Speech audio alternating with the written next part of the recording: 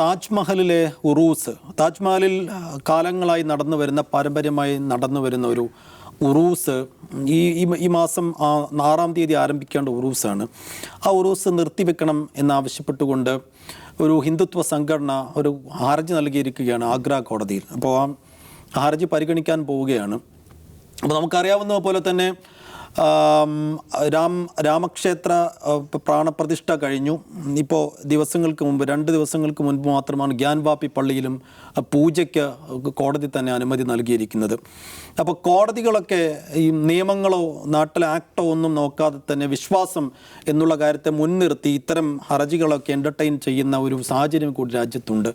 അപ്പോൾ കുറെ കൂടി ഈ ആരാധനാലയങ്ങൾക്ക് മേൽ അവകാശവാദം സ്ഥാപിക്കാനും അവിടെയൊക്കെ പ്രശ്നങ്ങൾ ഉണ്ടാക്കാനും ഇത്തരം ഹിന്ദുത്വവാദികൾക്ക് കുറെ കൂടി പ്രേരണ നൽകുന്ന കാര്യങ്ങളാണ് സമീപ ദിവസങ്ങളിൽ നടന്നുകൊണ്ടിരിക്കുന്നത്. താജ്മഹലിൻ്റെ കാര്യമാണെങ്കിൽ താജ്മഹലിന് നേരത്തെ തന്നെ ഹിന്ദുവാദികൾക്ക് ഒരു താല്പര്യമുള്ള കേസും കൂടിയാണ്. അപ്പോൾ ഈ ഉറൂസ് നിർത്തണം എന്ന് ആവശ്യപ്പെട്ടിരിക്കുന്നത് താജ്മഹലിനെയും ഈ ഗ്യാൻവാപ്പിയുടെ ലൈനിലേക്ക് കൊണ്ടുവരാനുള്ളതിൻ്റെ ഒരു തുടക്കമാണോ എന്നുള്ളതാണ് നമ്മൾ രണ്ടാമതായി ചർച്ച ചെയ്യുന്നത്. നൗഫൽ, എന്ത് തോന്നി? അങ്ങനെ ഒരു ഉറൂസ് 6-ാം തീയതി നടക്കേണ്ടതാണ്, 4 ദിവസമേ ഉറൂസ് നടക്കേണ്ടതുള്ളൂ. അപ്പോൾ ആ ഉറൂസിൻ്റെ അനുമതി ബ്രിട്ടീഷുകാരോ അല്ലെങ്കിൽ മുഗളന്മാരോ ഒക്കെ നൽകിയിരുന്നു എന്ന് ആർക്കിയോളജി ഓഫ് ഇന്ത്യയോട് ചോദിച്ചിട്ടുണ്ട് ഇവർ. പക്ഷേ അത് അങ്ങനെ നടന്നിട്ടില്ല എന്നൊക്കെ പറയുന്നുണ്ട്. അപ്പോൾ ഈ പുതിയ സാഹചര്യം താജ്മഹലിനെ എങ്ങനെ ബാധിക്കാനാണ് സാധ്യത? ഇതൊരു താജ്മഹലിൻ്റെ മാത്രം വിഷയമല്ല സൈഫു. ഇതിപ്പം ഏത് സ്ഥാപനമായാലും, ഒരു പുരാതനമായ പള്ളിയായാലും സമീപകാലത്തുണ്ടാക്കിയൊരു പള്ളിയായാലും, അല്ലെങ്കിൽ അത് ഏകദേശം അത്തരം ഏത് സ്ഥാപനങ്ങളായാലും കേന്ദ്രങ്ങളായാലും അതിനെതിരെ ഒരു ഹർജി കൊടുക്കാൻ എല്ലാവർക്കും ഇപ്പോൾ വലിയ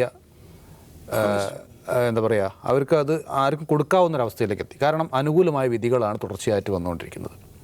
അത് മിക്കവാറും കോടതികളിൽ നിന്ന് വളരെ പെട്ടെന്ന് തന്നെ അനുകൂലമായ വിധികൾ വന്നുകൊണ്ടിരിക്കുകയാണ്. സുപ്രീം കോടതിയിൽ നിന്ന് വരെ അനുകൂലമായ വിധികൾ വന്നുകൊണ്ടിരിക്കുകയാണ്.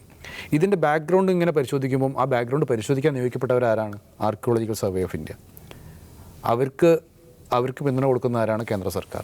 അപ്പോൾ അത്തരം കാര്യങ്ങൾ നോക്കുമ്പോൾ എന്തിനും ലൈസൻസ് കിട്ടുന്ന ഒരവസ്ഥയിലേക്ക് കാര്യങ്ങളുണ്ട്. ഇപ്പോൾ നമുക്കറിയാം, കോടതികൾ കൊടുക്കുന്ന ഹർജികൾ പലപ്പോഴും ഹർജികൾ വലിച്ചെറിഞ്ഞ് ഹർജി കൊടുത്ത ആൾക്ക് പിഴ വിധിക്കുന്ന ഒരുപാട് സംഭവങ്ങൾ അടുത്തിടെ നമ്മൾ കോടതികളിൽ കാണുന്നുണ്ട്. പക്ഷേ ഇത്തരം വിശ്വാസപരമായ കാര്യങ്ങളിൽ അങ്ങനെ ഇത്തരം ഒരു ഭാഗത്തിൻ്റെ വിശ്വാസപരമായ കാര്യങ്ങളിൽ അത്തരം ഒരു നടപടിയും കോടതിയുടെ ഭാഗത്തുണ്ടായിരുന്നില്ല.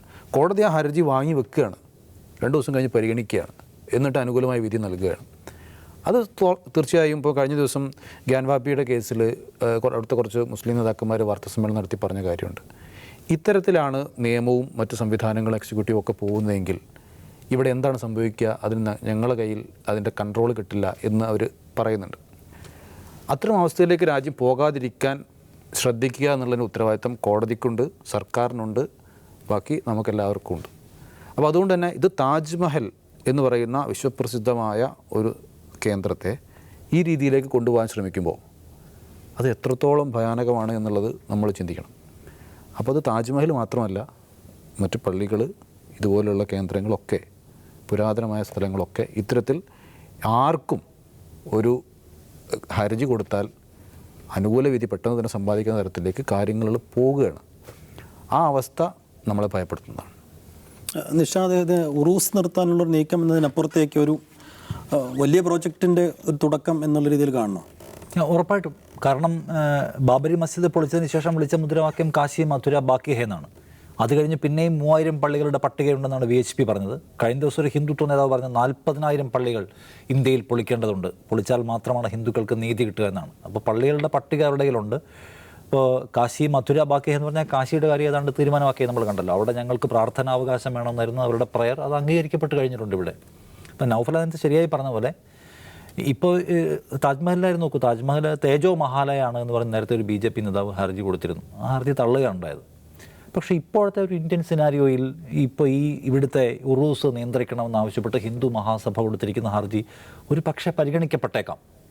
കാരണം ഇത് ഞങ്ങളുടെ അവകാശത്തിൽപ്പെട്ടതാണെന്ന് അവർ ആവശ്യപ്പെടുകയല്ല, മറിച്ച് ഇതൊരു വലിയ നമ്മുടെ പൗരാണികമായിട്ടുള്ള ഒരു സംഗതിയാണ്. അവിടെ ഒരു പ്രത്യേക മതവിഭാഗത്തിൻ്റെ പ്രാർത്ഥന നടത്താൻ പറ്റില്ല, അത് ശരിയല്ല, അവർക്ക് ഏതെങ്കിലും തരത്തിലുള്ള പെർമിഷൻ ഇല്ല എന്ന് ചൂണ്ടിക്കാണിച്ചാണ് ഹർജി.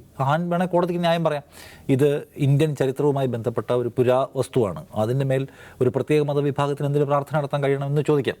പക്ഷേ അത് ഷാജഹാൻ എന്ന് പറഞ്ഞ മുസ്ലിം മതവിശ്വാസിയായിരുന്ന ഒരാളുടെ എന്താ പറയുന്നത്, ഈ ജീവിതകാലവുമായി ബന്ധപ്പെട്ട ഒരു സൃഷ്ടിയാണ്. അവിടെ ഞങ്ങൾ നൂറ്റാണ്ടുകളായി പ്രാർത്ഥന നിർവഹിച്ചു വരുന്നു. ഇതിനു മുമ്പുള്ള സർക്കാരുകളെല്ലാം അതിനാവശ്യമായ സൗകര്യങ്ങൾ ചെയ്തു തന്നിരുന്നു. ഇപ്പോൾ ASI പോലും ഈ ഉറൂസുമായി ബന്ധപ്പെട്ടുള്ള ക്രമീകരണം ചർച്ച ചെയ്യാൻ കഴിഞ്ഞ ആഴ്ച മീറ്റിംഗ് ചേർന്നിരുന്നതാണ്. ഇപ്പോഴാണ് ഈ ഹർജി വരുന്നത്. ഈ ഹർജി കൊടുത്തിട്ട് വലിയ ആത്മവിശ്വാസത്തിലാണ് ഈ ഹിന്ദു മഹാസഭയുടെ നേതാവ് പറഞ്ഞ അടുത്ത ഘട്ടം ഇതിൻ്റെ പരിസരം കുഴിച്ച് പരിശോധിക്കാനുള്ള ഹർജിയായിട്ട് ഞങ്ങൾ മുന്നോട്ട് പോവുകയാണ് എന്നാണ്. അപ്പോൾ നേരത്തെ പറഞ്ഞ പോലെ ആ കോൺഫിഡൻസ് എവിടെ നിന്നാണ് വരുന്നത്? ഇപ്പോൾ സാധാരണ നിലയ്ക്ക് നമ്മളെല്ലാ ദിവസവും ഇവിടെ പറഞ്ഞാൽ 1991 ആരാധനാലയ നിയമപ്രകാരം ഒരു ആരാധനാലയത്തിന് മേലും ഒരാൾക്കും ഒരു ക്ലെയിമും ഉന്നയിക്കാൻ കഴിയില്ല. അപ്പോൾ 47 സാഹചര്യം എന്തായിരുന്നു അത് നിലനിർത്തണമെന്നാണ് ആ നിയമത്തിൽ പറയുന്നത്. അതിൽ തന്നെ ബാബരി മസ്ജിദിന് എക്സംഷനുണ്ട്. ബാക്കി ഏതെങ്കിലും കേസുകളിന്മേൽ വല്ല തർക്കവും ഉണ്ടെങ്കിൽ അത് ഇതിനാൽ അസാധുവായിരിക്കുന്നു എന്ന് പറയുന്ന നിയമമാണ് 91 നമ്മുടെ പാർലമെൻറ്റ് പാസ്സാക്കിയത്. ഇനി ഒരാൾക്കും ഒരു വിഭാഗത്തിനും, അതായത് ഒരു മതവിഭാഗത്തിനകത്ത് തന്നെ, ഒരു മതത്തിനകത്ത് തന്നെ അതിലൊരു പ്രത്യേക വിഭാഗത്തിന് പോയിട്ട് ഇതിൽ ക്ലെയിം ഉന്നയിക്കുക അതുപോലും കഴിയില്ല. എന്തിൻ്റെങ്കിലും പേര് മാറ്റുക, ഉടമസ്ഥാവകാശം മാറ്റുക പോലെയുള്ള ഒരു സംഗതിയും ഇതിനാൽ അസാധുവായിരിക്കുന്നു, റദ്ദാക്കപ്പെട്ടിരിക്കുന്നു എന്നാണ് 91 നിയമം പറയുന്നത്. എന്നിട്ട് എന്ത് ചെയ്യാണ്? അത് മാറ്റിവെച്ചിട്ട് മതസ്വാതന്ത്ര്യവുമായി ബന്ധപ്പെട്ട കാര്യമാണെന്ന് പറഞ്ഞ് ഇതെല്ലാം പെർമിറ്റ് ചെയ്യുകയാണ്, ഈ ഹർജികളെല്ലാം അനുവദിക്കുകയാണ്. അപ്പോൾ അനുവദിക്കാമെന്ന് വെച്ചാൽ പിന്നെ ഇപ്പം നേരത്തെ പറഞ്ഞ പോലെ ആത്യന്തികമായി പിന്നെ എവിടെയാണ് പോകേണ്ടത്? നീതി ചോദിച്ചെന്നൊരു ചോദ്യമുണ്ട്. അങ്ങനെ എല്ലാ പള്ളികളും പൊളിക്കാനും എല്ലാം കുഴിക്കാനും തുടങ്ങിയാൽ ഇവിടെ ഒന്നും ബാക്കിയുണ്ടാവില്ല. അതുകൊണ്ടാണ് മുസ്ലിം സംഘടനാ നേതാക്കൾ ചോദിക്കുന്നത്, ഞങ്ങൾ ഇനി നീതി തേടി എവിടെ പോകണം? ഒരു പള്ളിക്കകത്ത് വേറൊരു മതവിഭാഗത്തിന് പ്രാർത്ഥന നടത്താൻ സ്വാതന്ത്ര്യം കൊടുക്കുക, അനുവാദം കൊടുക്കുക, എന്തുമാത്രം വിചിത്രമായ ഒന്നാണ്. ഒരു ഇന്ത്യൻ സാഹചര്യത്തിൽ എന്തുമാത്രം അപകടകരമായ ഒരു കാര്യമാണ്. നിങ്ങളൊരു അമ്പലത്തിൽ പ്രാർത്ഥിച്ചുകൊണ്ടിരിക്കുക, പെട്ടെന്ന് ഒരു കോടതി ഉത്തരവിടെയാണ് അമ്പലത്തിൻ്റെ ഒരു ഭാഗത്ത് മുസ്ലിങ്ങൾ നമസ്കരിച്ചോട്ടെ എന്ന വിധി. എന്തുമാത്രം ഇന്ത്യൻ സാഹചര്യം മനസ്സിലാക്കാതെയുള്ള ഒരു അതിക്രിയയാണ്. അപ്പോൾ അത് സുപ്രീം കോടതിയെ ധരിപ്പിക്കുമ്പോൾ സുപ്രീം കോടതി നിങ്ങൾ ജില്ലാ കോടതിയിൽ പോയി പറയുമെന്ന് പറയാണ്. സബ് ജുഡീസായ ഒരു കേസാണ്, സുപ്രീം കോടതി പരിഗണിച്ചുകൊണ്ടിരിക്കുന്ന ഒരു കേസിലാണ് താഴെ കോടതി വിരമിക്കലിന് തൊട്ടുമുമ്പ് ഒരു ജഡ്ജി ഇവിടെ പ്രാർത്ഥിക്കാമെന്ന് ഉത്തരവിടുന്നത്. കോടതിക്ക് ഇടപെടാൻ കഴിയേണ്ടതല്ലേ? ഇടപെട്ടില്ല കോടതി. ഇന്ത്യയിലെ പരമോന്നത നീതിപീഠം ഇടപെട്ടില്ല. 91 നിയമം ഓർമ്മിപ്പിക്കുമ്പോൾ അതിനെക്കുറിച്ച് കോടതി സംസാരിക്കുന്നില്ല. ഗ്യാൻവാപ്പി മസ്ജിദ് ഞങ്ങൾക്ക് പ്രാർത്ഥനാവകാശം വേണമെന്ന് പറഞ്ഞ് കോടതി പോയിട്ട് റവന്യൂ രേഖകൾ മുഴുവൻ കാണിക്കാൻ ഞങ്ങളുടെ കയ്യിലാണ് വർഷങ്ങളായി ഇരിക്കുന്നത്. ഈ നിലവറയ്ക്കകത്ത് പ്രാർത്ഥിക്കാൻ ഞങ്ങൾക്ക് 30 വർഷം മുമ്പ് അവകാശം ഉണ്ടായിരുന്നു എന്ന് പറയുമ്പോൾ അങ്ങനെ ഒരു പ്രാർത്ഥന ഉണ്ടായിട്ടില്ല. ഈ പള്ളി എന്നുണ്ടായിരുന്നു അന്ന് മുതൽ ഇത് മസ്ജിദ് കമ്മിറ്റിയുടെ കീഴിലാണുള്ളത്. ഇതാണ് രേഖ. ഇതിന് മുമ്പൊരു പൂജ ഈ വാസ് കുടുംബാംഗങ്ങൾ ഒരു കാലത്തും ഇതിനകത്ത് പൂജ നടത്തിയിട്ടില്ല എന്ന് പറഞ്ഞാൽ കോടതി പരിഗണിക്കുന്നില്ല. ഇപ്പോൾ കേരളത്തിലെ പ്രധാനപ്പെട്ട കൊടികെട്ടിയ മാധ്യമങ്ങൾ പോലും 30 വർഷത്തിന് ശേഷം പള്ളിയുടെ നിലവറയിൽ വീണ്ടും പൂജ. 30 വർഷം മുമ്പ് പൂജ ഉണ്ടായിരുന്നു, ആരാ പറഞ്ഞത്? ഒരു പൂജ ഉണ്ടായിട്ടില്ല.